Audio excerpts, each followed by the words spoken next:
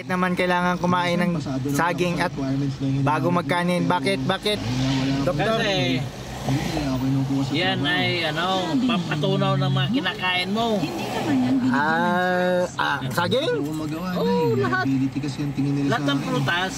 Mabigat kasi parang Pinutunaw niya yung kinakain mo. Kaya dapat nauna yung tapos ako patunaw bago ang tutunawin. Permanenteng trabaho. Kasi anong Kasi kung nauna yung pagkain bago saging, ay wala na.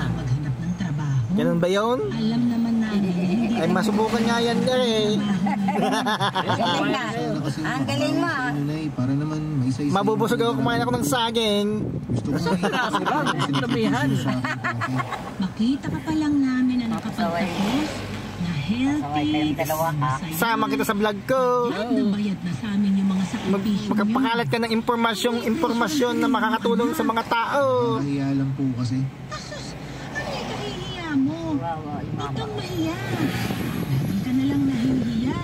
Tularan mo ako, makapalang mukha. Yung kaklase ni Jono, lagi kong sinasabay eh. Diyan ako sa barangay. Alam mo kung ano Ah? ang